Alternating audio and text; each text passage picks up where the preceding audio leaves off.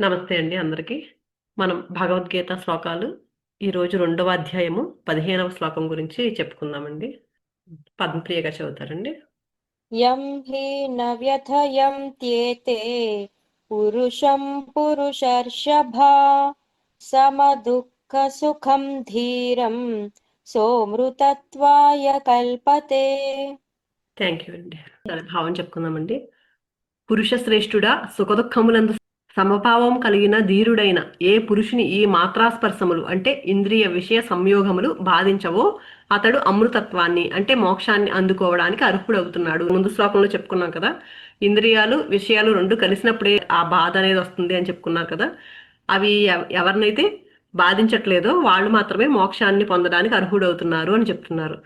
ఇక్కడ కృష్ణ సుఖదుఖాలను వివేకంతో సహించు అంటున్నావు, అలా సహిస్తే ఏంటి ప్రయోజనము అని అర్జునుడు అడుగుతున్నారు. అప్పుడు కృష్ణుడు ఏం చెప్తున్నారంటే, అర్జున, సుఖదుఖాలు రెండింటిని సమంగా చూడగలిగిన వారే ధీర పురుషులు, అలాంటి వాళ్లే మోక్షానికి అర్హులవుతున్నారు అని చెప్తున్నారు. ఈ లోకంలో పుట్టిన ప్రతి జీవి అందుకోవలసింది ఆ అమృతత్వ స్థితిని. మనం మానవ జన్మ ఎత్తిందే ఆ మోక్షాన్ని సంపాదించడం కోసం.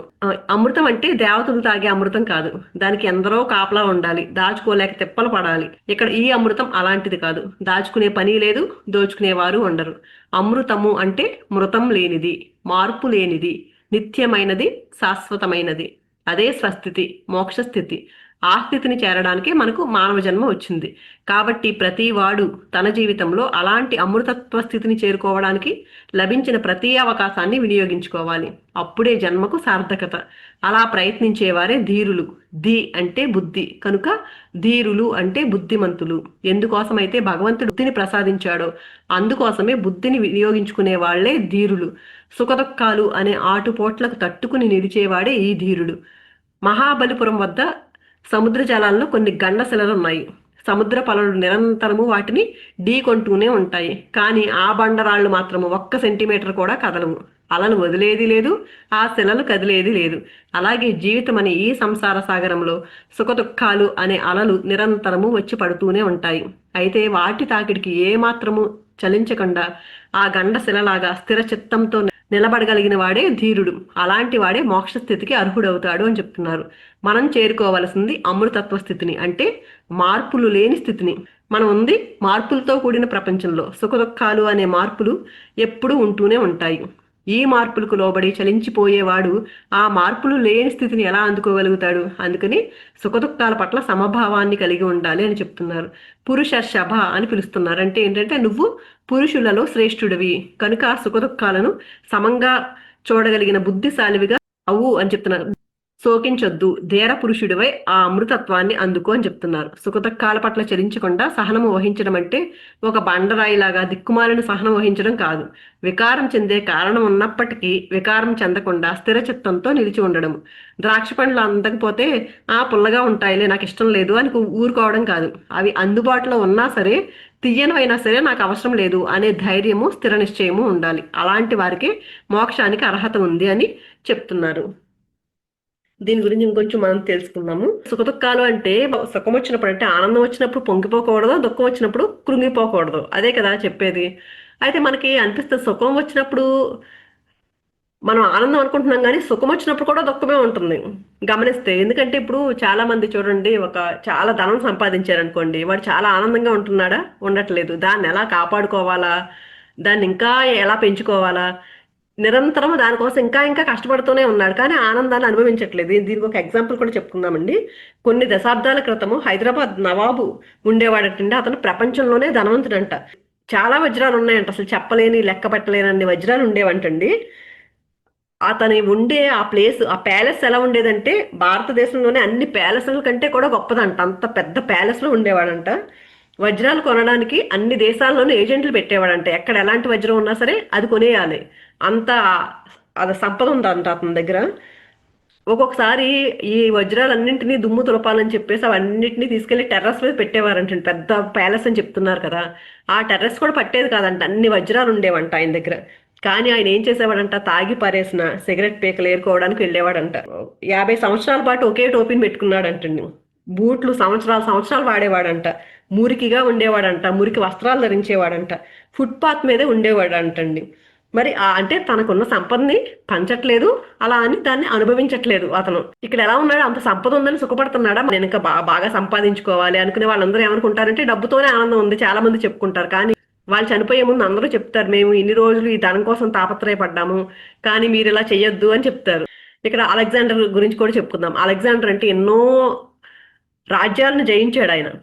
ఎన్నో రాజ్యాలను జయించి చక్రవర్తి అయిపోయాడు. అలెగ్జాండర్ వెళ్తూ వస్తూ చూస్తాడు ఆ డయోజనిస్ అనే అతను చాలా ఆనందంగా కనిపిస్తాడు. ఒక రోజు ఆగి అడుగుతాడు, ఏంటి నువ్వు ఇంత ఆనందంగా ఉన్నావు, నేను చక్రవర్తిని అన్ని సాధించాను అయినా సరే నేను ఆనందంగా లేను అంటే ఆ డయోజనిస్ ఏం చెప్తాడంటే, నేను అన్ని వదిలేశాను అందుకే ఆనందంగా ఉన్నానని. అతని దగ్గర ఇప్పుడు భిక్షపాత్ర ఉండేదంట ఆ డయోజనిస్ దగ్గర. ఆ సముద్రంలో స్నానం చేస్తూ ఉండేటప్పుడు ఒక రోజు అంటే ఒక కుక్క వచ్చిందంట. ఆ కుక్క చక్కగా సముద్రంలో హ్యాపీగా ఎంజాయ్ చేస్తుందంటది.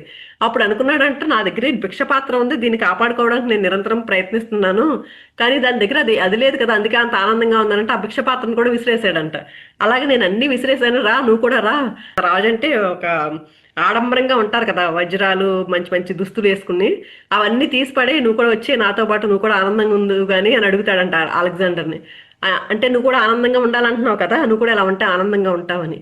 కానీ అప్పుడు ఏం చెప్తాడంటే అలెగ్జాండరు, నేను ఇంకో జన్మ తీసుకుంటాను, నేను ఈ జన్మలో ఇలా ఉండలేను, నేను నీలాగా ఇంకో జన్మలో పుడతాను నేను అంటాడంట. అప్పుడు డయోజనిస్ కుక్కతో చెప్తాడంట, పక్కన కుక్క ఉంటే, చూడు ఇంకో జన్మ ఎత్తాలంటే ఇవన్నీ వదిలేయడానికి, ఆనందంగా ఉండడానికి అని. అంటే మనం ఏంటి, ఆ ఉన్నదాంతో తృప్తి పడట్లేదు, అక్కడ కూడా ఆ సుఖం అంటే అక్కడ అన్నీ ఉన్నాయి కదా, ఆనందంగా సుఖంగా ఉంటున్నావా అంటే సుఖానికి పొంగిపోతాం అనుకుంటున్నాం మనం. సుఖం వచ్చినా కూడా అది దాంట్లో కూడా బాధే చూస్తున్నాం మనము. సుఖ దుఃఖాలు సమానంగా చూడాలి. సుఖం వస్తే పొంగిపోతున్నారంటే సుఖంలో ఉన్న వాళ్ళందరూ కూడా ఇలాగే ఉన్నారు. అసలు దుఃఖాలు ఎన్ని రకాలుగా ఉంటాయంటే 3 రకాల దుఃఖాలు ఉంటాయండి. 3 రకాలు ఏం దుఃఖాలు అంటే ఆధ్యాత్మిక దుఃఖము, ఆది భౌతిక దుఃఖము, ఆది దైవిక దుఃఖము అని 3 రకాలుగా ఉంటాయి దుఃఖాలు. ఆధ్యాత్మిక దుఃఖం అంటే ఏంటంటే 90% దుఃఖాలు అంటే ఈ ఆధ్యాత్మిక దుఃఖం వల్లే వస్తాయి. ఆధ్యాత్మిక దుఃఖం అంటే ఏంటంటే మనమే క్రియేట్ చేసుకుంటాం. ఇది ఎవరి వల్ల రాదు, ఇది మన వల్లే మనకు వస్తుంది ఆ దుఃఖము. ఎక్కువ దుఃఖాలు మనకు అలాంటివే ఉన్నాయంట. అంటే ఎందుకు వస్తున్నాయి ఇవి అంటే, ప్రతి వ్యక్తి నేను ఆత్మ పదార్థాన్ని, నేను ఈ శరీరాన్ని కాదు, నేను మనస్సుని కాదు, నేను బుద్ధిని కాదు, నేను ఆత్మని అనే విషయం తెలుసుకోకపోవడం వల్లే ఎక్కువ దుఃఖాలు వస్తున్నాయి అంటే, మన జ్ఞానం తెలుసుకోకపోవడం వల్లే ఈ దుఃఖం వస్తుంది, ఈ ఆధ్యాత్మిక దుఃఖం అనేది. దీనికి ఒక ఎగ్జాంపుల్ చెప్పుకోవాలంటే, కిసా గౌతమి అని ఒక స్త్రీ ఉందండి బుద్ధుడి కాలంలో. తన కొడుకు అకాల మరణం చెందుతాడు, అనుకోకుండా చనిపోతాడు చిన్నపిల్లాడు. చనిపోయేసరికి ఇంక విపరీతమైన బాధ వచ్చేస్తుంది ఆ అమ్మాయికి. బాధ వచ్చినప్పుడు బుద్ధుడు అప్పటికే ఎన్లైటన్ అయ్యాడు ఆయన అని తెలుసుకుని బుద్ధుడి దగ్గరికి వెళ్తుంది. ఎలా అయినా సరే నా కొడుకుని తిరిగి బతికిస్తాడని చెప్పేసి ఒక ఆశతో బుద్ధుడి దగ్గరికి వెళ్తుంది. అప్పుడు బుద్ధుడు ఏం చెప్తారంటే, మరణం లేని ఇంట్లోంచి కొన్ని ఆవుగింజలు తీసుకురా అని పంపిస్తాడు ఆవిడ్ని. పంపిస్తే ఆవిడ ఇల్లు తిరుగుతూ ఉంటుంది. ఎవరింట్లో అయినా మీ ఇంట్లో అంటే ప్రతి ఒక్కళ్ళు ఈవిడ స్టోరీని వింటారు, అయ్యో చనిపోయాడని కొడుకు అని సానుభూతి చూపించి ఆవాలు ఇవ్వమని అడుగుతుంది. అంటే మా ఇంట్లో కూడా మరణం ఉంది అని వాళ్ళ బాధలు వాళ్ళు చెప్పుకుంటారు. మా ఇంట్లో మా తల్లి చనిపోయింది, లేకపోతే ఎవరో ఒకళ్ళు ఉంటారు కదా ప్రతి ఇంట్లో చనిపోయిన వాళ్ళు, అందరిళ్లలోనూ ఎవరో ఒకళ్ళు చనిపోయారు. వాళ్ళ బాధలు కూడా వినేసరికి ఏంటంటే ఈవిడికి, ఓ నాకొక్కదానికే కాదు వీళ్ళకి కూడా ఈ మరణానికి సంబంధించిన బాధ ఉంది అని ఎప్పుడైతే తెలుసుకుందో అప్పుడు బుద్ధుడి దగ్గరికి వెళ్తుంది. అప్పుడు అర్థమైంది, ఆవిడకి జ్ఞానం అర్థమైంది. ఎప్పుడైతే నేను ఆత్మ పదార్థాన్ని అని తెలుసుకుంటామో, ముందు శ్లోకాల్లో కూడా చెప్పారు మనకి, ఈ దేహాన్ని వదిలి ఇంకొక దేహాన్ని తీసుకుంటుంది ఆత్మ అనేది శాశ్వతము. ఆ జ్ఞానాన్ని ఎప్పుడైతే తీసుకుంటామో ఈ దుఃఖం నుంచి బయటపడతాం. అలా ఈ కిసా గౌతమి అప్పుడు తెలుసుకుంది కదా, అందరు నాకే కాదు ఇలాంటి బాధ అందరికీ ఉంది, అంటే ఇది ఆత్మ అనేది శాశ్వతము, ఇది శరీరం ఒకటే కదా పోయిందనే విషయాన్ని, ఆ జ్ఞానాన్ని ఎప్పుడైతే తెలుసుకుందో అప్పుడు ఆ దుఃఖం నుంచి బయటపడింది. అంటే ఎప్పుడు మనం అంతా ఇలాంటి దుఃఖాలు చాలా ఉంటాయండి మనకంటే. నేను ఆత్మ పదార్థాన్ని అని తెలుసుకున్న రోజు ఈ ఆధ్యాత్మిక దుఃఖం నుంచి బయటపడతాము. రెండవది ఏంటంటే ఆది భౌతిక దుఃఖము. ఆది భౌతిక తాపం అంటే ఏంటంటే, ఇది పక్కన వాళ్ళ నుంచి వచ్చింది అనుకుంటాం, అది 9%. ఇది ఫస్ట్ ఆధ్యాత్మిక దుఃఖం అనేది 90%. నాకు అది లేదు, నాకు ఇది లేదు, నాకు ఇంకా ఏదో కావాలి, ఎన్నో పోరాటాలు చేసేస్తూ ఉంటాం కదా మనము. మనకి ఏవైతే గుణాలు ఉండాలో, ఓర్పు, సహనము, క్షమాతత్వము, అంగీకారతత్వము, ఏవైతే లేవో వాటన్నింటినీ నేర్చుకోవడానికి, అవి లేకపోవడం వల్ల నేను ఆత్మనే అని ఎప్పుడైతే తెలుసుకుంటామో, ఆ జ్ఞానంతో ఎప్పుడైతే ఉంటామో ఆ గుణాలన్నీ ఆటోమేటిక్గా మనకు వస్తాయి. అవన్నీ లేకపోవడం వల్ల ఆ దుఃఖాలన్నీ 90%. కానీ రెండవ దుఃఖం ఏంటి, ఆది భౌతిక దుఃఖం, అది 9%. ఆ 9% ఎలా వస్తుందంటే, మనం ఇది కూడా అంతే, పక్కన వాళ్ళ నుంచి వస్తుంది అనుకుంటాం. అది కూడా, దీనికి కూడా ఒక ఎగ్జాంపుల్ చెప్పుకుందామండి. యువర్ సోల్ ప్లాన్ అని ప్రతి ఒక్కరికి ఒక సోల్ ప్లాన్ ఉంది. మన జీవితంలో ఎవరో వచ్చారనుకోండి, మనల్ని చాలా ఇబ్బంది పెడుతున్నారు, వాళ్ళ వల్ల మనం చాలా దుఃఖం పడుతున్నాము. మన అత్తగారు కావచ్చు, మన ఆఫీస్ బాస్ కావచ్చు, మన భర్త కావచ్చు, మన భార్య కావచ్చు, ఎవరైనా సరే దుఃఖంతో బాధపడుతున్నారు చాలా మంది. అంటే దానికి కారణం ఏంటి అంటే మనం అక్కడ ఏదో నేర్చుకోవడానికి వచ్చాము. ఇది మనం తెలుసుకోకుండా ఏంటంటే వాళ్ళ వల్లే నాకు ఈ దుఃఖం, వాళ్ళ వల్ల నాకు ఈ బాధ, వాళ్ళు ఇలా చేయడం వల్లే నా జీవితం ఇలా అయిపోయింది అని ఎప్పుడు మనం పక్కన వాళ్ళ మీద నిందలు వేసేసి వాళ్ళే నా జీవితాన్ని పాడు చేసేసారు, నా జీవితం ఇలా ఉంది అని అనుకుంటూ ఉంటాము. ఆ యువర్ సోల్ ప్లాన్ అనే దానిలో ఒక డాక్టర్ అనమాట, ఆయన పరిశోధనలు చేస్తారు. అసలు ఏంటి అంటే ప్రతి ఒక్కరికి ఒక పర్పస్ ఉంది, ఒక సోల్ ప్లాన్ అనేది ఉంటుంది. మనం భూమి మీదకి వచ్చేటప్పుడు నేను ఈ గుణాన్ని నేర్చుకోవాలి అని భూమి మీదకి వస్తాము. వచ్చి దానికి ఆ ఏదైతే నేర్చుకోవాలనుకుంటున్నామో ఆ గుణానికి కావాల్సిన వ్యక్తుల్ని, ఆ సంఘటనలన్నీ, ఆ పరిస్థితుల్ని మనం తెచ్చుకుంటాము. కానీ ఇక్కడికి వచ్చిన తర్వాత దాన్ని మర్చిపోయి నాకే వచ్చింది ఎందుకు ఇది అని దేవుణ్ణి నిందిస్తూ ఉంటాము, మన చుట్టుపక్కల వాళ్ళని నిందిస్తూ ఉంటాము, పరిస్థితులను నిందిస్తుంటాము, మనల్ని మనం నిందించుకుంటూ ఉంటాము, ఇలా చేస్తూ ఉంటాము. ఇలాంటిది ఈ దుఃఖం అది. దానిలో ఒక ఎగ్జాంపుల్ తీసుకుందాము. షెరాన్ అని ఒక ఒక స్త్రీ ఉంటుంది అందులో. అంటే అందులో 10 ఉన్నాయండి, కుదిరితే వినండి. యూట్యూబ్లో కూడా ఉంటాయి, యువర్ సోల్ ప్లాన్ అని. ద స్పిరిచువల్ పోడ్కాస్ట్ అనే ఛానల్లో ఆవిడ చాలా అద్భుతంగా చెప్పారు దాన్ని. ఆ 10 వింటే మనకి క్లారిటీ ఫుల్గా వస్తుందండి మన జీవితము. ప్రతి ఒక్కరికంటే వాళ్ళ 10 ఎగ్జాంపుల్ వినేసరికి మనకు కూడా ఒక క్లారిటీ ఏంటంటే ఏ జీవితంలో ఏ కష్టం వచ్చినా సరే అది మనం తెచ్చుకున్నదే అనే క్లారిటీ ఎప్పుడైతే వచ్చిందో అండి మనం ఈ దుఃఖాల నుంచి బయటపడతాము. ప్రతిదానికి దుఃఖపడిపోకుండా మనకి చూడండి చాలా చిన్న చిన్న విషయాలని వాటిని పెద్ద చేసేసుకుని నాకే ఉంది అనుకుంటాం మనం. అలాంటి జీవితాల గురించి ఎప్పుడైతే వింటామోనండి అలాంటి దుఃఖాల నుంచి బయటపడతాం మనం చెప్పుకోవడం కోసం ఒక ఎగ్జాంపుల్ తీసుకున్నాను అందులోదే ఒకటి. అయితే షెరాన్ అని ఒక స్త్రీ ఉంటుంది, ఆమెకు ఒక అమ్మాయి ఉంటుంది. తర్వాత 3 సార్లు మిస్కరేజ్ అయిన తర్వాత 5వ సారి ఒక అబ్బాయి పుడతాడు. తనకి అబ్బాయిలు అంటే చాలా ఇష్టం, ఎందుకంటే చిన్నప్పటి నుంచి అందరు అక్క చెల్లెళ్ళే, తనకి ఎవరో భర్త తండ్రి తప్ప వేరే ఎవరో తెలియదు, ఫ్రెండ్స్ కూడా ఎవరో లేరు అన్నమాట. అందుకని అబ్బాయిలు అంటే చాలా ఇష్టమయ్యి ఒక బాబు పుడతాడు. టోనీ అబ్బాయి పేరు. నర్స్గా పనిచేస్తూ ఉంటుంది ఆ స్త్రీ. ఒక రోజు తను హాస్పిటల్లో ఉండగా ఇంటి నుంచి ఫోన్ వస్తుంది, డ్రగ్స్ ఎక్కువ తీసేసుకుని హాస్పిటలైజ్డ్ అయ్యాడని. వెంటనే ఇంకా తట్టుకోలేకపోతుంది. అంటే కొడుకు అంటే చాలా ఇష్టం కదండి, ఎంతో కష్టపడి ఎంతో మంది దేవుళ్ళని మొక్కి అబ్బాయి కావాలని కంటుంది. ఆ అబ్బాయి ఇప్పుడు ప్రమాద పరిస్థితుల్లో ఉన్నాడు అనేసరికి చాలా దుఃఖంతో హాస్పిటల్కి వెళ్తుంది. వెళ్ళేటప్పుడు హాస్పిటల్లో ఆ బాబుని చూసి ఇక్కడ చాలా ఎక్కువగా తీసేసుకున్నాడు, ఇంకా డ్రగ్స్ చాలా ఎక్కువ అయిపోయింది, అతనికి హార్ట్ స్ట్రోక్ కూడా వచ్చింది, అందుకని వేరే హాస్పిటల్కి తీసుకెళ్ళమని చెప్తారు. వాళ్ళు చెప్పేసరికి అంబులెన్స్లో నువ్వు వద్దు కూర్చోవద్దు అంటారు, ఎందుకంటే చాలా బాధల్లో ఉంది కదా. అయినా సరే కాదు నేనే వెళ్తానని చెప్పేసి ఆ అబ్బాయితో పాటు అంబులెన్స్లో కూర్చుని ఎంతో మంది దేవుడికి మొక్కుతుంది, నువ్వు కనుక నా కొడుకుని ప్రాణాలతో రక్షించండి, నేను సేవ చేస్తాను అనుకుని రకరకాలుగా మొక్కుకొని హాస్పిటల్కి వెళ్తుంది. మొత్తానికి ఆ అబ్బాయి బయటకు వస్తాడు. ఆ డ్రగ్స్ నుంచి బయటపడేయడానికి వాళ్ళని డైరెక్ట్గా ఇంటికి పంపించడం అనమాట. వాళ్ళని రీహాబిలిటేషన్ సెంటర్కి పంపిస్తారు. అక్కడికి పంపించిన తర్వాత అక్కడ కూడా బయటపడి మళ్ళీ అక్కడ అంతా ఏంటి డ్రగ్స్ తీసుకునే వాళ్ళే ఉంటారు కదా, వేరే ఎవరి ద్వారానో మళ్ళీ డ్రగ్స్ తీసుకుని మళ్ళీ సీరియస్ అయిపోతుంది కండిషన్. మళ్ళీ హాస్పిటల్కి తీసుకెళ్ళి మళ్ళీ బయటపడి మొత్తానికి ఎలా అయితే ఇంటికి తీసుకొస్తుంది ఆవిడ. తీసుకొచ్చిన తర్వాత ఒక ఆథర్ అనమాట, అక్కడ ఆ బుక్ రాసిన ఆథర్ ఏంటంటే స్పిరిట్ గైడ్స్ అని కొంతమంది కనెక్ట్ అవుతూ ఉంటారు. వాళ్ళు చెప్తారనమాట వీళ్ళు ఎందుకు ఈ జన్మ తీసుకున్నారు అని. ఎందుకు ఇలాంటి జన్మ తీసుకుంది ఈవిడ అంటే, ఈవిడ చాలా మంచి సోల్ అంటే వృద్ధాత్మ అంటే ఏంటంటే వాళ్ళు ఒక మంచి స్థితిలో ఉంటారనమాట. ఎవరైనా చూడండి కొడుకు ఇలాంటి పరిస్థితుల్లో ఉన్నాడంటే వీళ్ళ టెన్షన్ పడిపోయి వాళ్ళు ఇంకా భయానికి అలా గురైపోతా ఉంటారు కదా. కానీ ఆవిడ ఏంటంటే ఎంత స్ట్రాంగ్గా ఉండి నేను సేవ చేస్తాను అనుకుంది కదా. మామ్ అని ఒక సంస్థని స్థాపిస్తుందంటండి ఆవిడ. స్థాపించి దాంట్లోకి తన హాస్పిటల్లో పనిచేసేది కదా, హాస్పిటల్ కూడా ఎంతో మంది ప్రెగ్నెంట్తో ఉన్న స్త్రీలు వచ్చేవారంట. వాళ్ళంతా కూడా ఏంటంటే వాళ్ళలో కూడా చాలా మంది డ్రగ్స్ తీసుకునేవారంట. అప్పుడు అనుకునేదంట, వాళ్ళని తిట్టుకునేదంట, అదేంటి అంత అసలు ప్రెగ్నెంట్తో ఉంది ఆ మాత్రం తెలియదా, పుట్టే బిడ్డ కూడా ఎఫెక్ట్ అవుతాడు కదా ఇలా డ్రగ్స్ తీసుకుంటే అని తిట్టుకునేదంట. అంటే వాళ్ళని జడ్జి చేసేదనమాట. మనం ఏంటి ఆధ్యాత్మికంగా వృద్ధాత్మ అంటే ఆ స్టేజ్లో ఉన్న వాళ్ళు ఎలా ఉంటారు, జడ్జి చేయకూడదు. మనం చెప్పుకుంటాం కదా, నో జడ్జిమెంట్ నో ఇంటర్ఫియరెన్స్ అని చెప్పుకుంటాం కదా. ఆ స్థితిలో ఉండి కూడా అమ్మాయి వృద్ధాత్మ కాబట్టి తర్వాత ఎప్పుడైతే వీళ్ళ కొడుకుని ఆ సంస్థ స్థాపించిందో వాళ్ళని జడ్జి చేయడం మానేస్తుందంట, అర్థం చేసుకోవడం మొదలు పెట్టిందంట. ఎందుకంటే ఎవరి ప్లాన్ ఏంటో తెలియదు, ఎవరి సోల్ ప్లాన్ ఏంటో, వాళ్ళు ఎందుకు తీసుకున్నారో అలా జన్మని ఆలోచించి వాళ్ళ మీద దయా కరుణ చూపించడం మొదలు పెట్టిందంటండి. ఎప్పుడైతే ఈవిడ అలాంటి గుణాలు చూపించడం మొదలు పెట్టిందో ఆ ఆ గుణాలను తీసుకుని వాళ్ళు కూడా మళ్ళీ ఎక్స్ప్రెస్ చేయడానికి అవకాశం ఇచ్చిందంట. వాళ్ళు కూడా ఎక్స్ప్రెస్ చేసేవారంట తిరిగి. ఈవిడ ఆ గుణాలు ఇచ్చేసరికి వాళ్ళు కూడా తొందరగా బయటపడేవారంట. అలాగే వీళ్ళ కొలీగ్స్ అందరూ కూడా ఈవిడ్ని చూసి వాళ్ళందరూ కూడా మార్పు వచ్చిందంట.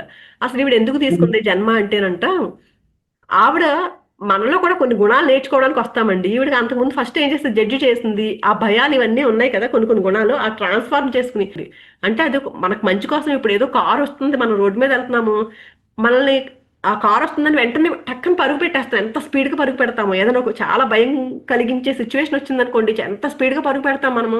మామూలు టైంలో పరుగు పెట్టమంటే పరుగు పెట్టగలమా? లేము. ఎందుకు వస్తుందంటే అంత ఎనర్జీ క్రియేట్ చేస్తుంది అనమాట ఆ భయము.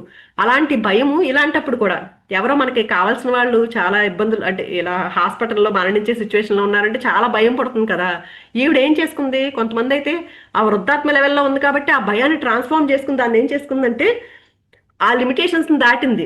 కానీ నిజంగా చిన్న స్థితిలో ఉన్నారనుకోండి, ఆత్మస్థితిలో, వాళ్ళు ఏం చేస్తారు, ఆ భయాన్ని ఇంకా పెంచేసుకుని వాళ్ళకి వచ్చేస్తాయి హార్ట్ స్ట్రోక్లు, ఏలేదో బాగాలేదనుకుని.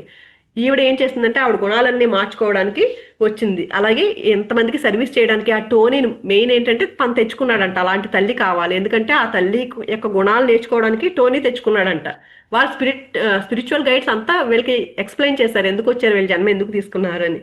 వాళ్ళు చివరికి మొత్తానికి ఆ టోనీ బయటపడ్డాడు. ఈవిడ ఎంతో మందిని ట్రాన్స్ఫార్మ్ చేస్తుంది. వాళ్ళ జీవితాల్లో వాళ్ళందరినీ కూడా మోటివేట్ చేస్తూ, వాళ్ళని ఇన్స్పైర్ చేస్తూ కొడుకుని మార్చుకుంది. అలాగే ఎంతో మంది మీద ఆ సంస్థను స్థాపించి ఎంతో మందిని బయటకు తీసుకొచ్చింది ఆవిడ. అంటే తన సోల్ పర్పస్ అలా ఉంది. ఇంకా ఏం చేసిందంటే తను ఆ కొడుకు గురించి ఇలా తను డ్రగ్ అడిక్ట్ అయ్యి హాస్పిటల్లో ఉన్న టైంలో ఒక గ్రూప్ లో జాయిన్ అయిందంటండి. ఇప్పట్లో మనకు వాట్సాప్ గ్రూప్లు ఎలా ఉన్నాయి, అప్పట్లో ఏదో గ్రూప్, ఇంటర్నెట్ లో ఏదో గ్రూప్ ఉంటే ఆ గ్రూప్ లో జాయిన్ అయిందంట. ఎలా ఎలా బయటికి రావాలి ఇవన్నీ నేర్చుకోవడానికి. అంటే అంటే ఎంతో మందిని బయటికి తీసుకురావాలని ఒక సోల్ ప్లాన్ తో వచ్చింది కాబట్టి ఆవిడ జీవితంలో అలా వచ్చింది. అలాగే మనకు కూడా మన జీవితంలో ఏమైనా కష్టం వచ్చింది అనుకోండి, అది మన సోల్ ప్లాన్ లో మనం ఏదో నేర్చుకోవడానికి వచ్చింది అని ఎప్పుడైతే తెలుసుకుంటామో పక్కన వాళ్ళని నిందించడం మానేస్తాం మనము. ఈ రెండో దుఃఖం అని చెప్పుకున్నాం కదా, ఆది భౌతిక తాపం అనేది. అది ఎప్పుడు మనం ఆ జ్ఞానం తెలియలేదనుకోండి, నేను ఈ పర్పస్తో వచ్చాను, నేను ఏదో నేర్చుకోవాలి అనేది ఎప్పుడైతే గుర్తుంటుందోనండి, పక్కన వాళ్ళ మీద నిందేయడం మానేసి ఇక్కడ నేను ఏం నేర్చుకోవాలి అనే దాని మీద మనం ఫోకస్ చేస్తాము. ఎప్పుడైతే ఫోకస్ చేస్తామో దాన్ని నేర్చుకోగలుగుతాము, ఆ దుఃఖం నుంచి బయటపడతాము. అప్పుడు ఈ 9% దుఃఖం నుంచి కూడా బయటపడతాం మనము. మనం ఎప్పుడైతే నిందలేసేస్తే, ఎప్పుడైతే జ్ఞానం లేదో, ఆ జ్ఞానం లేనప్పుడు మాత్రం పక్కన వాళ్ళ మీద నిందలేసేసుకుంటూ జీవితాన్ని అంతా గడిపేసి జీవితం వేస్ట్ చేసేసుకుంటాం మనం. ఆ దుఃఖంతోనే ఉండిపోతాము. కృష్ణుడు ఏం చెప్తున్నారు ఇక్కడ, దుఃఖంలో ఉండొద్దు అని చెప్తున్నారు కదా. ఉండకూడదంటే ఏం చేయాలి, ఆ జ్ఞానాన్ని నేర్చుకోవాలి. ఈ ఈ దుఃఖం నా జీవితంలో ఒక దుఃఖం ఉంది అంటే ఈ దుఃఖంలో ఇంక నేనేం నేర్చుకోవాలనే దాన్ని బాగా గుర్తుపెట్టుకుంటే మనం ఆ దుఃఖాన్ని నుంచి బయటపడతాము, ఆ జ్ఞానంతో ఉండగలుగుతాము. ఆ దుఃఖం నుంచి అలా బయటపడతాము. మూడవది ఏంటంటే దైవిక తాపము. ఆది దైవిక తాపం అంటే ఏంటంటే ఇది ప్రకృతి ఇస్తుంది. ప్రకృతి చూడండి, మనకి కరోనా వచ్చింది కదా, ఎందుకు అంటే అందరూ కాలుష్యం పెరిగిపోతుంది. అందరూ విపరీతంగా నాన్ వెజ్లు తినేసి జంతువుల్ని హింసిస్తున్నారు. భూమాత భరించలేకపోయిందండి. ఈ యుద్ధాలన్నీ ఎందుకు జరిగినాయి, శ్రీకృష్ణుడు చెప్తారు కదా, ధర్మానికి ఆపద కలిగినప్పుడు నేను వస్తాను, ధర్మాన్ని పరిరక్షించడానికి వస్తానని చెప్తారు కదా. అలాగే భూమాత ఇలాంటి ప్రకృతి విపత్తులు, భూకంపము, వరదలు, సునామీలు ఇవన్నీ ఎందుకు వస్తాయంటే ఆ ప్రకృతికి విలయతాండం చేస్తుంది మన మీద, కోపం ప్రకోపిస్తుంది. అది కూడా చాలా, మన తల్లిదండ్రులు మనల్ని చూడండి ఎంత ప్రేమగా చూస్తారు. మనం తప్పులు చేసినా సరే మనల్ని ఎంత అద్భుతంగా చూస్తారు కదా. కానీ ఎప్పుడైతే వాటన్నిటిని ఇంకా ఇంకా ఇంకా తప్పులు చేస్తా ఉంటే అవి తట్టుకోలేక అలాంటివి చూపిస్తా ఉంటాయి. ఆది దైవిక తాపం అన్నాం కదా, అది ఎంత 1% అంతే. అది ఎప్పుడో కానీ చూపించదని ప్రకృతి మన మీద, కానీ చూపించినప్పుడు మాత్రం విలయ తాండవం చేస్తుంది. అప్పుడు కూడా అది ఎవరు ఎఫెక్ట్ అవుతారు దానికి కూడా అంటే ఎవరైతే ఈ జ్ఞానం చేస్తూ ఈ జ్ఞానాన్ని ఆచరిస్తూ ఉంటారో, ధర్మ మార్గంలో ఉంటారో వాళ్ళని. ఆ టైంలో వరద వచ్చేస్తుందని, భూకంపం వస్తుంది అంటారు చూడండి, చాలా మంది ట్రైన్ యాక్సిడెంట్ అవుతుంది, ట్రైన్లో అందరూ చనిపోతారు కానీ ఒక్కళ్ళే మిగులుతారు. ఎవరా మిగిలిన వాళ్ళు అంటే ఈ ప్రకృతికి నాశనం చేయకుండా వాళ్ళు చాలా ధర్మ మార్గంలో ఉన్న వాళ్ళు రక్షింపబడతారండి. చాలా మంది, నేను కూడా కొన్ని ఎక్స్పీరియన్స్ విన్నాను. ఆ బస్సు యాక్సిడెంట్ అయిపోయింది, మేము ఆ బస్సులో ఉండాల్సిన వాళ్ళము అని. ఎందుకు బతికారు వీళ్ళంటే వీళ్ళు ఇంకా సేవ చేయాలి, ఆ ధర్మ మార్గంలో ఉన్నారు. అలాంటి వాళ్ళని తయారు చేయాలి. ఎవరికైతే జ్ఞానం తెలుసో, జ్ఞానం తెలుసు కదా అని ఆ జ్ఞానం ఆచరిస్తున్నాం కదా ఉండిపోవడం కాదు. మనకు తెలిసిన దాన్ని పక్కన వాళ్ళకి పంచి వాళ్ళు కూడా ఆ ధర్మంలో ఆచరించేలాగా చేయాలి. అలా ఉన్నామనుకోండి, అప్పుడు అప్పుడు ఆ ప్రకృతి ఇచ్చే ఆ విలయాలు కూడా మనం తట్టుకోగలుగుతాం. అంటే మనల్ని తప్పిస్తుంది ఆ ప్రకృతి, మనల్ని అక్కడ ఉండనివ్వదు ప్రకృతి. మిగిలిన వాళ్ళు ఎవరైతే ఆ ధర్మంలో లేకుండా, నేర్చుకునే ఉద్దేశం లేకుండా మేము ఎంతసేపు మేము ఇలాగే ఉంటామని అన్నాం అనుకోండి, నేర్చుకోవడానికే వచ్చాం మనం ఈ భూమి మీదకి. ఏ పరిస్థితి ఎదురైనా సరే ఆ పరిస్థితిని అంగీకరించడానికే వచ్చాము. కాదు మేము ఇలాగే ఉన్నాం అనుకోండి, అలా కొన్ని సార్లు అలా కూడా కరోనాలో చూడండి ఎంతమంది వెళ్ళిపోయారు భూమి నుంచి. అంటే అందరూ అలాగే అదే పరిస్థితి, వాళ్ళు అందుకే పోయారని కూడా చెప్పకూడదు. ఎందుకంటే ఇక్కడ ఏంటంటే మనం నేర్చుకోవడానికి కొంతమంది సోల్స్ ఏంటంటే, మేము ఆ టైంలో మా బాడీ వెకేట్ చేస్తాము అని వచ్చిన డేరింగ్ సోల్స్ కొంతమంది, చాలా అద్భుతమైన ఆత్మలు కూడా కొన్ని ఉన్నాయండి అప్పుడు పోయిన వాళ్ళు. అలాగా ఈ 3 రకాల దుఃఖాలు మనకు ఉంటాయండి. ఎలిజబెత్ కిబ్లర్ రోజ్ అనే ఆవిడంటే దుఃఖం గురించి 5 స్టేజ్లు ఉన్నాయంట దుఃఖానికి. అవి ఏంటంటే, ఫస్ట్ నిరాకరిస్తాం. మనకి ఏదైనా బాధ వచ్చిందనుకోండి, దుఃఖం వచ్చే పరిస్థితి వచ్చిందనుకోండి, వెంటనే ఏం చేస్తాం మనం? అస్సలు దాన్ని యాక్సెప్ట్ చేయము, నిరాకరిస్తూ ఉంటాము. ఇది నిజం కాదు అనిపిస్తుంది మనకి. ఎవరో చాలా సీరియస్ గా ఉన్నారు ఇందాక ఎగ్జాంపుల్లోనే. అప్పుడు వెంటనే ఏమనిపిస్తుంది, అలా కాదు, ఇది నిజం కాదు, నాకు రాకూడదు, ఇది ఇలా ఎందుకు వచ్చిందని షాక్ అయిపోతారు వెంటనే వినగానే. ఒక మనం భరించలేని సంఘటన ఏదో ఎదురైంది, వెంటనే ఆ దుఃఖాన్ని యాక్సెప్ట్ చేయడానికి సిద్ధంగా ఉండం మనము. ఆ షాక్ నుంచి బయటపడాలని చూస్తాము, ఇది నాది కాదు నాది కాదు అనుకుంటాము. ఆ తర్వాత రెండో స్టేజ్లో ఏమవుతుందంటే, నిజంగా అది జరిగిపోయింది అని అని అనుకున్న తర్వాత, తెలిసిన తర్వాత కోపం వచ్చేస్తుంది మనకి. నాకే ఎందుకు ఇలా జరిగింది అని ఎంతో అందరినీ నిందిస్తూ ఉంటాము. దానికి కావాల్సిన ఆ పరిస్థితి ఏదో ఉందనుకోండి, ఆ చుట్టుపక్కల వాళ్ళందరినీ నిందిస్తూ ఉంటాము. లేకపోతే దేవుణ్ణి, భగవంతుడా నాకే ఎందుకు పెట్టావు, నువ్వు అసలు ఉన్నావా నువ్వు, ఇలాగా భగవంతుని నిందిస్తూ ఉంటాము కోపంతో. నాకు ఎందుకు జరిగింది ఈ అన్యాయం అని కోపం వచ్చేస్తూ ఉంటుంది రెండో స్టేజ్లో. మూడో స్టేజ్లో ఏంటంటే బేరసారాలు ఆడడం మొదలు పెడతారంట. ఏంటంటే, ఇది ఇలా జరిగి ఉంటే బాగుండేది కదా, దీన్ని ఇలా డీల్ చేసుకునేదాన్ని కదా, నేను ఇలా చేస్తుంటే వాళ్ళు బతుకుండేవారు కదా, దేవుడా ఇది మార్చు, నువ్వు మారిస్తే నేను ఏదైనా చేసేస్తాను అని బేరసారాలు ఆడుతూ ఉంటామంట మూడో స్టేజ్లో. తర్వాత నాలుగో స్టేజ్లో ఇంకా ఇంక జరిగిపోతుంది, అది తప్పదు అనుకున్నప్పుడు ఒక నిరుత్సాహం, డిప్రెషన్లోకి వెళ్ళిపోతారు చూడండి ఆ స్టేజ్లో. ఇంకా ఇది నిజం అయిపోయింది, ఇంక మనం ఏం చేయలేమనుకున్నప్పుడు డిప్రెషన్ వచ్చేస్తుంది అప్పుడు.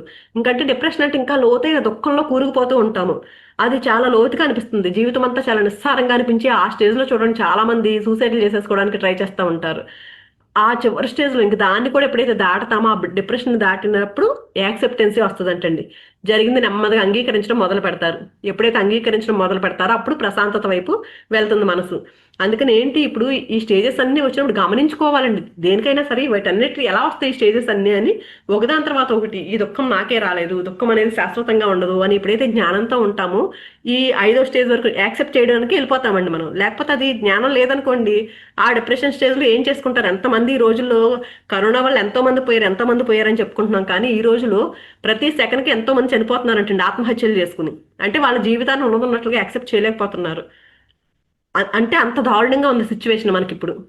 ఎప్పుడైతే జ్ఞానంతో ఉంటారో ఆత్మహత్యలు చేసుకోవాలనే ఆలోచన రాదు వాళ్ళకి. వెంటనే ఆ జ్ఞానం ఏం చేస్తుంది, యాక్సెప్టెన్సీని ఇస్తుంది. ఆ యాక్సెప్టెన్సీతో ఎప్పుడైతే ఉంటామో ఈ దుఃఖం నుంచి బయటపడతామండి.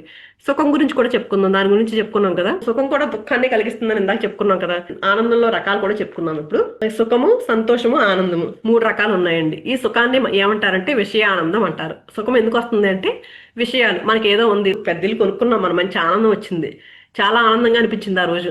కానీ తర్వాత ఎవరో కొన్ని రోజుల తర్వాత, కొన్ని సంవత్సరాల తర్వాత, కొన్ని నెలల తర్వాత పక్కన వాళ్ళు ఎవరో మన ఫ్రెండ్ ఇంకా పెద్ద ఇల్లు, ఇంకా సూపర్గా ఉంది ఆ ఇల్లు, కొనుక్కునేసరికి ఈ ఆనందం పోతుంది. అబ్బాయి వాళ్ళ ఇల్లు బాగుంది కదా, అప్పుడు నచ్చదు. అప్పటి వరకు ఏంటి, నా ఇల్లు చాలా బాగుంది అనుకుంటాం. ఎప్పుడైతే పక్కన వాడికి ఇంకా పెద్ద ఇల్లు కట్టుకున్నాడు, అప్పుడు అబ్బా నా ఇల్లు ఇదేనా అనిపిస్తుంది మనకి. ఆనందం పోయింది. అంటే సుఖం అనేది తాత్కాలికం అనమాట. అది విషయ ఆనందం అంటారు దాన్ని. దేని మీద అటాచ్మెంట్ పెట్టుకోకుండా ఎప్పుడైతే ఉంటామో దాన్ని దాటగలుగుతాం మనము. విషయానందం ఇదే కాదు, శాశ్వతం కాదు, ఇది అటాచ్మెంట్, దేని మీద అటాచ్మెంట్ పెట్టుకోకుండా ఉండాలి. రెండవది ఏంటంటే భజనానందం. ఇది మనసుతో వచ్చింది. మన ఇంట్లో పిల్లలే ఉంటారండి, అటాచ్ అయిపోతూ ఉంటాం వాళ్ళకి. లేకపోతే సంగీతం ఉంది, సంగీతం విన్నంతసేపు మనకు చాలా ఇష్టం, డ్యాన్స్ నేర్చుకోవడం అంటే చాలా ఇష్టం, డ్యాన్స్ చేయడం అంటే చాలా ఇష్టం. అలాంటివి ఎంతసేపు ఉంటాయి, ప్రకృతిలోకి వెళ్ళాము చాలా ఆనందంగానే ఉంది, కానీ ఎంతసేపు ఉంటాయి అవి, ఉన్నంతసేపే. పాటలు పాడడం అంటే ఇష్టం, పాట ఆపేసానంటే మళ్ళీ ఏదో గుర్తొస్తుంది, మళ్ళీ బాధ వస్తుంది.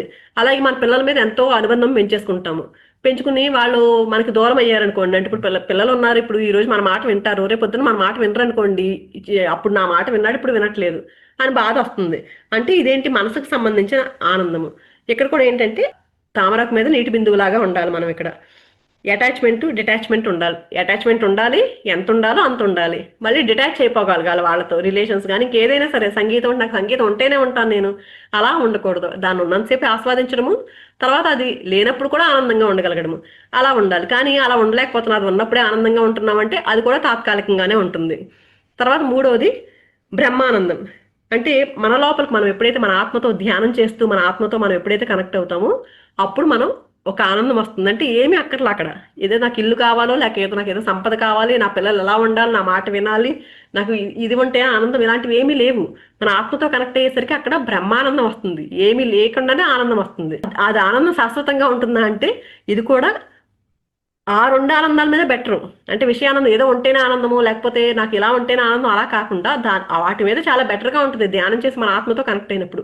కానీ ఇక్కడ కూడా ఒక ప్రమాదం ఉంది. ఏంటంటే ఎప్పుడైతే మనం కొన్నిసార్లు బాహ్య పరిస్థితులకి అటాచ్ అయిపోతాం. ఎందుకంటే మనం మానవ జన్మ ఎత్తాం కదా, మానవ జన్మలో ఉన్నాం కదా, ఏం చేస్తామంటే బయట బయట పరిస్థితులను బట్టి మనం రియాక్ట్ అయిపోతూ ఉంటాం. మన మనసు అలా స్పందిస్తూ ఉంటుంది.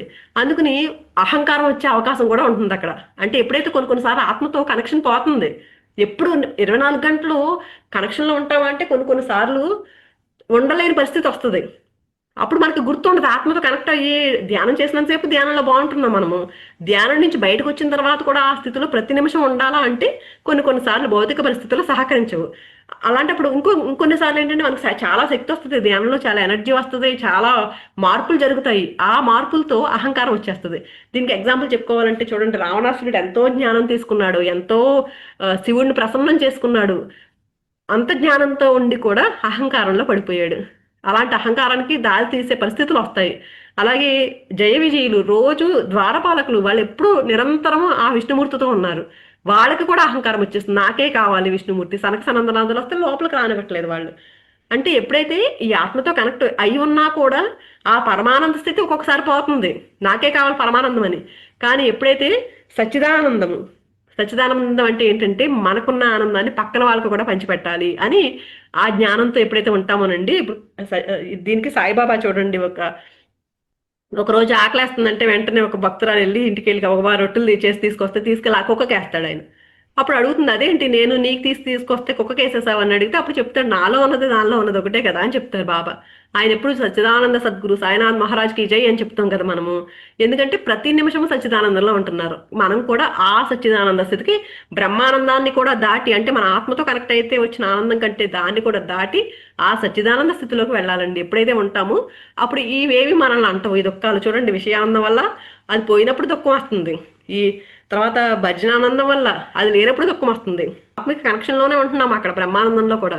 కానీ ఎప్పుడైతే ఒక్కొక్కసారి మిస్ అయిపోతున్నాం, అహంకారంలోకి వెళ్ళిపోతున్నారు, దాన్ని కూడా దాటి మనం నిరంతరము ఆ పంచేష్టిజులు, ఇందాక మనం ఫస్ట్ చెప్పాను చూడండి, హైదరాబాద్ ఆ నవాబు గురించి చెప్పుకున్నాం కదా, అతను ఎలా ఉన్నాడు, ఏవి పంచిపెట్టట్లా. డైమండ్స్ అన్ని ఉన్నాయంటే చూడండి ఎంత ఆస్తుందో అతని దగ్గర, అయినా సరే అతను పంచిపెట్టట్లేదు, అతను అనుభవించట్లేదు.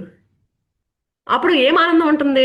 అందుకని మనం ఎప్పుడైతే మనకి ఏదైతే ఉందో, మన దగ్గర జ్ఞానం ఉందా, ఏముంటే అది ఎప్పుడైతే పంచి పెడతా ఉంటామనంటే అప్పుడు పక్కన వాళ్ళలో కూడా మన ఆనందం చూసుకోవాలంటే ఎప్పుడైతే అలా చూడగలుగుతామో అప్పుడు సచ్చిదానంద స్థితిలో, అంటే ప్రతి నిమిషము ఆ ఆనంద స్థితిలో ఉండగలుగుతామండి. అలాంటి స్థితికి మనం వెళ్ళాలంట. అంటే ఎప్పుడైతే సచ్చిదానంద స్థితిలో ఉంటామో ఆటోమేటిక్గా విషయానందం వస్తుంది, భజనానందం వస్తుంది, బ్రహ్మానందం వస్తుంది. ఇవన్నీ మనతోనే ఉంటాయి. ఎప్పుడు ఉంటాయి మళ్ళీ చెప్తున్నానండి. పక్కన వాళ్ళకి ఏదో ఉందనుకోండి, పక్కన వాళ్ళు నేను ఇది కొనుక్కున్నాను, నా చీర చాలా బాగుంది, పక్కన వాళ్ళు తీసుకొచ్చారు, ఒక డైమండ్ నెక్లెస్ కొనుక్కున్నాను, తీసుకొచ్చి మన ఫ్రెండ్ చూపించింది అనుకోండి, వాళ్ళు చాలా ఆనందంగా చూపిస్తారు కదా మనకి. అప్పుడు మనం కూడా ఆనందాన్ని ఫీల్ అవ్వాలంటండి. అంటే భలే ఆనందంగా ఉన్నాడు కదా, మనం కూడా ఆనందపడాలంట. పక్కన వాడు చాలా డ్యాన్స్ నేర్చుకుని చాలా హ్యాపీగా మంచి మంచి స్టేజ్ పర్ఫార్మెన్స్ ఇస్తూ చాలా డెవలప్ అవుతున్నాడు అనుకోండి, మనం కూడా వాడు ఆనందంలో ఆనందం చూడగలగాలంట. పక్కన వాళ్ళు ధ్యానం చేసి బాగా పైకి ఎదుగుతున్నప్పుడు వాళ్ళని చూసి మనం ఆనందం ఫీల్ అవ్వగలగాలి. అంటే వాళ్ళ ఆనందంలో ఎప్పుడైతే మనం ఆనందం చూడగలుగుతున్నామో అప్పుడు నిరంతరము సచ్చిదానంద స్థితిలో ఉంటామండి. ఆ స్థితికి మనం చేరుకోవాలి. అంటే ఈ దుఃఖాలన్నీ దాటడానికి ఆ స్థితికి మనం చేరుకోవాలండి. అలా చేరుకున్నప్పుడు మనం ఏది మనల్ని అంటది, ఇంకా అదే కదా మనం కోరుకునేది. మనం మోక్ష స్థితి అంటే వేరే ఏమీ కాదు, అదే. మనం చూడండి బీచ్కి వెళ్ళామనుకోండి, పిల్లలు ఇసుక కట్టుకుంటారు కదా, కోటలు కడతా ఉంటారు, ఇసుక గూళ్ళు కట్టుకుంటాం కదా, అవి అలలు వచ్చి టక్కన వాటిని ఎంత దూరంగా కట్టినా సరే ఒకసారి పెద్ద అల వచ్చింది అనుకోండి, దాని మీదకి వచ్చేసరికి అది మొత్తం వెళ్ళిపోతుంది, నీళ్ళలో వెళ్ళిపోతుందని మనం బాధపడతామా. పిల్లలు ఏడుస్తున్నారు అనుకోండి, నిజంగా తెలియక చిన్నపిల్లలు అయ్యో నాది పోయింది అన్నారు అనుకోండి, వెంటనే మనం ఏం చెప్తాం, మళ్ళీ కట్టుకోవచ్చు ఏముందిరా అని వాళ్ళని ఓరడిస్తామా? అలాగే మనం కూడా అంతే. పరమహంస యోగానంద గారు ఒకరోజు ఐరోపాలో యుద్ధ రంగాల గురించి తీసిన వార్తా కథనాన్ని చూడడానికి సినిమా హాల్కి వెళ్ళారు ఒకరోజు. వెళ్తే వాళ్ళు ఎంత బాగా చేశారంటే దాన్ని ఎలా చూపించారంటే ఎంతో శక్తివంతంగా, చాలా చూడడానికి నిజంగా జరిగింది వాస్తవికంగా కనిపిస్తుందంట, అంతలా చేసి చాలా బాగా తీశారంట ఆ సినిమాని. అది చూసేసరికి ఎంతో బాధగా బయటకు వచ్చారంట. అంటే యుద్ధాలంటే మామూలుగా ఉండవు కదా, భగవంతుడా నువ్వు ఎందుకు ఇంత బాధకు అవకాశం ఇస్తావు అంటే ఆయన బాధ వచ్చేస్తుంది లోపల నుంచి అది చూసేసరికి. ఎందుకంటే వీళ్ళు యోగులు ఎలా ఉంటారండి, పక్కన వాళ్ళు ఇప్పుడు మనం చెప్పుకున్నాం కదా, పక్కన వాళ్ళు ఆనందంలో ఆనందాన్ని తీసుకుంటారు, బాధ వచ్చేసరికి వీళ్ళు కూడా బాధ వస్తుంది ఎదురుగా ఉన్న వాళ్ళకి. అంటే వాళ్ళలో కూడా నన్ను చూసుకుంటారన్నమాట వాళ్ళు. బాధ వచ్చి ఏంటి భగవంతుడా ఇంత బాధ అని అనుకున్నారంట. అనుకుంటే ఆశ్చర్యకరంగా వెంటనే ఆ ఐరోపా యుద్ధ రంగం నుంచి వీళ్ళకి ఇంట్యూషన్లు వచ్చేస్తాయి కదండి, వాళ్ళు ఎంతో సాధన చేస్తారు కదా, ఆయనకి ఒక జవాబు వచ్చిందంట. ఆ జవాబు ఎలా ఉందంటే ఒక దర్శనం కనిపిస్తుంది, అక్కడ యుద్ధ వాతావరణం కనిపిస్తుంది ఆయనకి, చాలా భయానకంగా ఉందంట, యుద్ధం భయంకరంగా జరుగుతుందంట. అది ఎలా ఉందంట, ఆ సినిమా హాల్లో ఏదైతే చూసారో అంతకంటే కూడా భయంకరంగా ఉందండి అక్కడ సిచ్యువేషన్. ఎలా ఉందంటే చనిపోతున్నారంట ఎంతో మంది, ఆ చనిపోయిన వాళ్ళ శవాలతో బీభత్సంగా ఉందంట అక్కడ ఆ దృశ్యాన్ని చూడగలుగుతున్నారు ఇప్పుడు. ఎలాగా ఆయన సినిమా హాల్లో చూడట్లే, ఇప్పుడు ఆయన లోపల నుంచి చూడగలుగుతున్నారు. ఆయన చూస్తుంటే ఆ, శ్రద్ధగా చూడు, ఇప్పుడు ఫ్రాన్స్ లో ప్రదర్శింపబడుతున్న ఈ దృశ్యం వెలుగు నీడల సయ్యాట మాత్రమే. నువ్వు సినిమా హాల్లో చూసిన వార్తా కథనం లాగానే అది ఎంత వాస్తవమో అంత అవాస్తవము, అదంతా నాటకంలో అంతర్నాటకము. ఒక కంఠధ్వని ఆ లోపల నుంచి వినిపించిందంటండి ఈయనకి. ఆయన లోపల నుంచి అంతర్వాణి ఒక సందేశం వినిపించింది అనమాట, ఈ దృశ్యం చూపించింది ఈయనకి. చూపించి ఇప్పుడు సినిమా హాల్లో ఏం చేశారు, ఈయన నిజంగా జరిగిన యుద్ధం కాదు ఇది సినిమా హాల్లో చూసింది. వాళ్ళు ఆ యుద్ధాన్ని వీళ్ళు సినిమా తీశారు ఎవరో, అయినా సరే అది సినిమా చూసినా కూడా ఎంత బాధ వచ్చింది ఈయనకి. బయటకు వచ్చిన తర్వాత నిజమైన సన్నివేశాన్ని కూడా చూపించారు ఆయనకి. ఏం చెప్పింది అంతర్వాణి, ఏం చెప్పిందంట, ఇదంతా నాటక రంగము, ఆ నాటకంలో ఒక అంతర్నాటకం అంతే ఇదని చెప్పారంట. కానీ ఈయనకి హృదయానికి శాంతి కలగట్లా. అంటే అదంతా నాటకమే, ఎందుకు నువ్వు బాధపడుతున్నావు అని ఆ దృశ్యాన్ని చూపించారు. వాడు అంతమంది చనిపోవడం అది చూస్తుంటే చాలా బాధ అనిపిస్తుంది ఈయనకి. ప్రశాంతత లేదు, ఇంకా ఆ బాధతోనే ఉన్నారు. ఆ అంతర్వాణి వినిపించింది ఈయనకి, అదంతా నాటకమే అని చెప్పినా కూడా. ఎందుకు మనం మనుషులం కదండి, భౌతిక రూపంలో ఉన్నప్పుడు ఎంత యోగులైనా కూడా ఆ భౌతికత్వాన్ని కొంచెం అనుభూతి చెందుతూ ఉంటారు. అందుకు ఇంకా ప్రశాంతత రావట్లా, ఆ బాధే గుర్తొస్తుంది ఆయనకి. గుర్తొస్తుంటే అప్పుడు సృష్టి అంటే వెలుగు నీడ రెండూ కూడా, అవి లేకపోతే ఏ చిత్రము సాధ్యం కాదు. మాయలో మంచి చెడు ఒకదాని తర్వాత మరొకటి ఆధిక్యాన్ని సాధించాల్సిందే. ఈ ప్రపంచంలో ఆనందమే అంతు లేకుండా ఉంటే మానవుడు కోరుకోవాల్సింది ఏముంటుంది? బాధ లేనప్పుడు తాను వదిలి వచ్చిన స్వర్గాన్ని ఎందుకు గుర్తు తెచ్చుకుంటాడు? పై లోకాల నుంచి కిందకు వచ్చాం మనము. బాధ ఉంటేనే మళ్ళీ ఎప్పుడు చూడండి, బాధలు లేకుంటే ప్రశాంతంగా ఉన్నది, అన్ని బాగున్నాయి వాళ్ళకి ఏం బాధలు లేవు అనుకున్న వాళ్ళు ఎవరు వస్తారండి ధ్యాన మార్గంలోకి? ఏదో ఒక బాధ ఉన్న వాళ్ళు మాత్రమే ఈ మార్గంలోకి వస్తారు. ఎందుకు?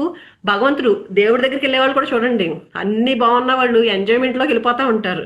ఈ రోజుల్లో చూడండి ఎంతమంది డ్రగ్స్కి అలవాటు అయిపోయి, ఇందాక చెప్పినట్టు డ్రగ్స్కి అలవాటు పడిపోతున్నారు. రకరకాలుగా పబ్స్ అని అవి ఇవి టెక్నాలజీ పెరిగిపోయి మళ్ళీ మరీ ఎక్కువైపోయింది కదా. ఎవరైతే బాధల్లో ఉంటారో వాళ్ళు మాత్రమే భగవంతుడా ఈ బాధల నుంచి మమ్మల్ని బయటికి తీసుకురా అని చెప్పేసి భగవంతుడి దగ్గరికి వెళ్తారు. అలాగే ధ్యాన మార్గంలోకి వచ్చారంటే ఏవో బాధల్లోంచి వచ్చిన వాళ్ళే 90% వాళ్ళే ఉంటారు, ఒక 10% మామూలుగా ఏమీ లేకుండా వస్తారు. అందుకని ఏం చెప్తున్నారు, నువ్వు మళ్ళీ స్వర్గానికి వెళ్ళాలంటే ఆనందంగానే ఉన్నావనుకో, పైన లోకాలు చాలా ఆనందంగా ఉంటాయి. మళ్ళీ తిరిగి వెళ్ళాలని ఎప్పుడు ఎవరు అనుకోరు. ఆ బాధల్లోంచి మాత్రమే మళ్ళీ తిరిగి వెళ్ళిపోవాలి, నా లోకానికి నేను ప్రశాంతంగా ఉండాలని కోరుకుంటారు. అందుకని బాధ లేనప్పుడు తాను వదిలొచ్చిన స్వర్గాన్ని ఎవరూ స్మరించడు.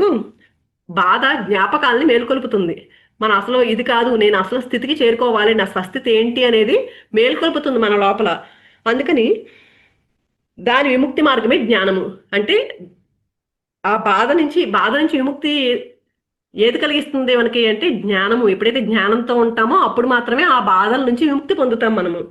మృత్యువు ఇచ్చే దుఃఖం అవాస్తవము.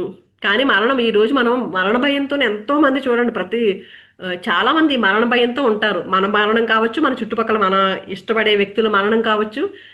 చాలా అసలు మరణం అనేసరికి అదొక వినకూడని పదము అలా అనుకుంటూ ఉంటారు చాలా మంది. అసలు అది విన్నామంటేనే ఏదో అయిపోయింది, ఏంటి మరణం గురించి ఎవరో శుక్రవారం మంగళవారం చాలా మంది అంటే ఆ మాట వింటే కూడా ఏదో అపశకనంలా భావిస్తారు అనమాట. మరణం అనే మాట కూడా వినడానికి ఇష్టపడరు. కానీ అదంతా మృత్యువు అనేది అవాస్తవము. డ్రామా ప్లే చేస్తూ ఉంటారండి, బొమ్మ తుపాకీతో పేలుస్తారు. వాళ్ళు నిజంగా చనిపోతారా? చనిపోయినట్టు యాక్షన్ చేస్తారు కదా. అలాగే బొమ్మ తుపాకీతో రంగస్థలం మీద పేల్చినప్పుడు భయంతో మరణించే నటుల వంటి వాళ్లే ఈ మృత్యువును చూసి భీతిల్లేవారు. నా పుత్రులు కాంతి పుత్రులు, వాళ్ళు నిరంతరము భ్రాంతిలోనే నిద్రించరు అని అంతరవాణి చెప్తున్న సందేశం ఇస్తుంది అనమాట ఆయనకి. మనకి పరమహంస యోగానంద ఏం చెప్తున్నారంటే, మాయ గురించి ఎన్నెన్నో ధర్మ గ్రంథాల్లో ఎంతో చదివాను, కానీ అవి ఏవి దర్శనంతో పాటుగా వచ్చే ఓదార్పు ఇచ్చే మాటల వల్ల వచ్చినంత గాఢమైన అంతర్దృష్టిని కలిగించలేదు. దీనికి ఇప్పుడు అంతర్వాణి వినిపించింది కదా, అందుకని చెప్తున్నారు ఈయన. సృష్టి అంతా ఒక విస్తృత చలన చిత్రమని, తాను దానిలో భాగం కాదని, దానికి అతీతుడిని అని సంపూర్ణ విశ్వాసం కలిగినప్పుడు మానవుని విలువలన్నీ సంపూర్ణంగా మారిపోతాయి అని చెప్తున్నారు. అంటే ఎప్పుడైతే మనం అజ్ఞానంతో ఎప్పుడైతే ఉంటామోనండి, ఏది జరిగినా సరే, మన చుట్టూ ఎలాంటి సిచ్యువేషన్ ఉన్నా, ఎలాంటి వ్యక్తులు ఉన్నా, ఎలాంటి పరిస్థితులు ఉన్నా, ఇవన్నీ కూడా మాయ అంతే. మనం దానిలో ఏదో నేర్చుకోవడానికి వచ్చాము, నేను ఏదో గుణం నేర్చుకోవాలి, నేను ఎక్కడ ఏదో మార్చుకోవాలి నన్ను నేను అని ఎప్పుడైతే మనం రియలైజ్ అవుతామో, ఆ గుణాన్ని నేర్చుకుంటామో, అప్పుడు మన జీవితం సస్యశ్యామలం అవుతుంది. మనం ఎదగగలుగుతాం ఆత్మపరంగా. ఇప్పుడే ఆనందంగా ఉంటారంటండి ఎప్పుడు. ఎవరో ఒక యోగి ఎప్పుడు ధ్యానం చేసుకుంటూ ఆనందంగా ఉంటాడు. పిచ్చివాడికి ఏంటంటే మన స్థితిలో ఉండడు కదా, భౌతిక స్థితిలో ఉండడు కాబట్టి పిచ్చివాడు ఆనందంగా ఉంటాడు. చిన్నపిల్లవాడు ఇంకా మనసు ఏర్పడదు కాబట్టి చిన్నపిల్లవాడు వీళ్ళే ఆనందంగా ఉంటారు. మిగిలిన వాళ్ళంతా ఏదో సతమతం అయిపోతూ ఇంకా జీవితంలో ఏదో దానికి బాధపడుతూనే ఉంటారు. అందుకని ఈ బాధల్లోంచి బయటకు రావాలంటే ఏంటంటే, మన జ్ఞానము ప్రతిరోజు మనం ఏదైతే సజ్జన సాంగత్యము, ధ్యానము, స్వాధ్యాయము, ప్రబోధము, ఈ 4 ఎప్పుడైతే చేస్తామో, ఈ సుఖాల వల్ల పొంగిపోవడం, దుఃఖాల వల్ల కుంగిపోవడం లాంటి వాటి నుంచి బయటపడతామండి. కృష్ణుడు ఏం చెప్తున్నారంటే, శోకించదగిన వారి కోసం శోకిస్తున్నావు అని ప్రారంభించారు కదా. ముందు శ్లోకాల్లో ఏం చెప్పారు, నువ్వు దేనికోసం శోకించే అవసరం లేదో అలాంటి వాటన్నింటి కోసము శోకిస్తున్నావు అని చెప్పారు కదా. అలా ప్రారంభించారు భగవంతుడు. ఇప్పుడు ఏం చెప్తున్నా, ఆత్మానాత్మ వివేకం గురించి చెప్తున్నారు. ఆత్మ నిత్య వస్తువు, దానికోసం శోకించే పని లేదు. తర్వాత మళ్ళీ ఆత్మ వేరు, దేహం వేరు, ఆత్మ ఒక దేహం నుంచి ఇంకో దేహంలోకి వెళ్తుంది అని చెప్పారు. తర్వాత ఏం చెప్తున్నారు, ఇప్పుడు శరీరాలు, దానికి కలిగే సుఖ దుఃఖాలు, వాటికి కారణమైన ఇంద్రియాలు, విషయాలు, ఇవన్నీ అనాత్మ, అవి అనిత్యమైనవి, ఒకప్పుడు లేకుండా పోయేవి, మార్పులు చెందేవి, వాటి గురించి శోకించడము వృధా అని ఇప్పుడు నిత్యానిత్య వస్తువులను సత్ అసత్ అనే పేరుతో వాటిని తెలుసుకునే వివేకాన్ని, నేర్పును మనకి ముందు శ్లోకంలో అందివ్వబోతున్నారు. ఆ శ్లోకం రేపు పొద్దున చెప్పుకుందామండి. థ్యాంక్ యూ సో మచ్ అండి.